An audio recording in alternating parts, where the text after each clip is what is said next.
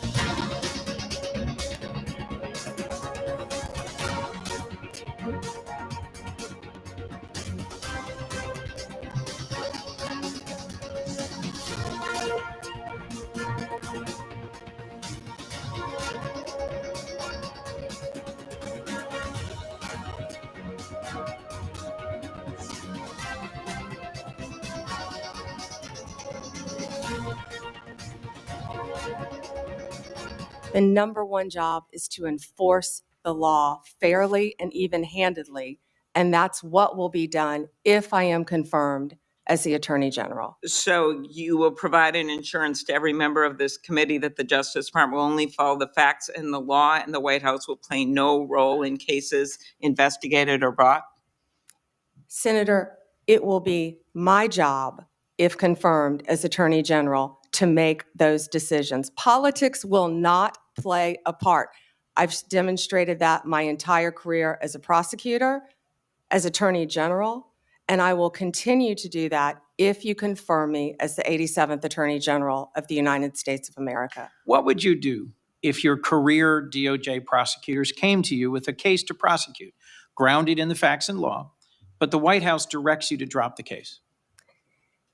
Senator, if I thought that would happen, I would not be sitting here today. That will not happen, will not happen. Every case will be prosecuted based on the facts and the law that is applied in good faith, period. Politics have got to be taken out of the system. I agree with This department you. has been weaponized for years and years and years, But let and me, it has if to I might, stop.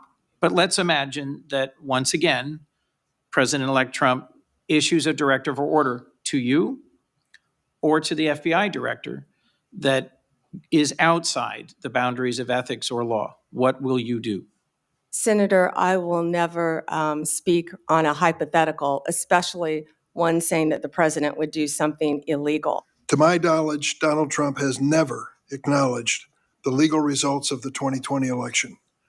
Are you prepared to say today under oath without reservation that Donald Trump lost the presidential contest to Joe Biden in 2020? Ranking Member Durbin, President Biden is the President of the United States. He was duly sworn in, and he is the President of the United States. There was a peaceful transition of power. President Trump left office and was overwhelmingly elected in 2024. Do you have any doubts that Joe Biden had the majority of votes, electoral votes necessary to be elected president in 2020? You know, Senator, all I can tell you as a prosecutor is from my firsthand experience. And I accept the results. I accept, of course, that Joe Biden is president of the United States. But what I can tell you is what I saw firsthand when I went to Pennsylvania as an advocate for the campaign. I was an advocate for the campaign, and I was on the ground in Pennsylvania, and I saw many things there. But do I accept the results? Of course I do. Do I agree with what happened? And I saw so much. You know, no one from either side of the aisle should want there to be any issues with election integrity in our country. We should all want our elections to be free and fair, and the rules and the laws to be followed. Your job will be to protect voters and election workers, not to undermine and dox them. Now, I know that earlier you agreed that Joe Biden is in fact president, but many of the president-elect's inner circle continue to spread the big lie about the 2020 election. Let me move on to a different topic. I know Senator, that's one you were that you're obviously speaking. not comfortable May with. I speak? You cut When me I ask off you the when I next was question, speaking. you can speak, and I hope you answer, Ms. Bondi. Well, I'd Now, like when to we met answer yesterday, the previous one, Senator. when we met yesterday, You pointed your finger at me and you said did not you were seem to be speaking. familiar Let me answer with my question. the I'm not going to be citizenship bullied by you, clause, the Senator 14th Padilla. Amendment. Do you believe that the January 6 rioters who've been convicted of violent assaults on police officers should be pardoned? Senator, if confirmed as Attorney General of the United States, the pardons, of course, fall under the president. But if asked to look at those cases, I will look at each case and advise on a case-by-case basis, just as I did my entire career as a prosecutor. Do you believe that those who've been convicted of the January 6 riot, violent assaults on our police officers should be pardoned? That's a simple question. So, Senator, I have not seen any of those files, of course. If confirmed and if asked to advise the president, I will look at each and every file. But let me be very clear in speaking to you. I condemn any violence on a law enforcement officer in this country. Would you have hired someone into the Florida Attorney General's office who you knew had an enemies list? Senator, to cut to the chase, you're clearly talking about Kash Patel. I don't believe he has an enemies list. He made a quote on TV, which I have not heard. I saw your sign, or Senator Durbin's sign, about Kash. But I know that Kash Patel has had 60 jury trials as a public defender, as a prosecutor. He has great experience in the Intel Department, Department of Defense. I have known Kash, and I believe that Kash is the right person at this time for this job. You'll have the ability to question Mr. Patel I'm questioning you when right you now do. about whether you will enforce an enemies list that he announced publicly on television. Oh, Senator, I'm sorry. There will never be an enemies list within the Department of Justice. Telling the truth from this podium every single day. I commit to speaking on behalf of the President of the United States. That is my job. And I will say it's very easy to speak truth from this podium when you have a president who is implementing policies that are wildly popular with the American people. And that's exactly what this administration is doing. It's correcting the lies and the wrongs of the past 4 years, many of the lies that have been told to your faces in this very briefing room. I will not do that.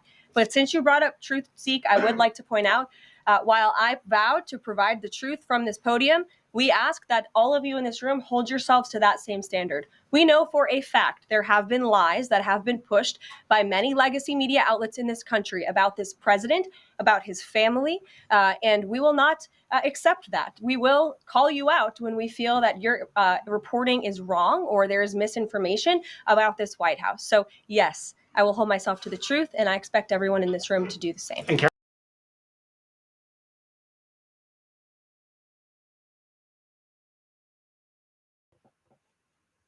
Please like and subscribe.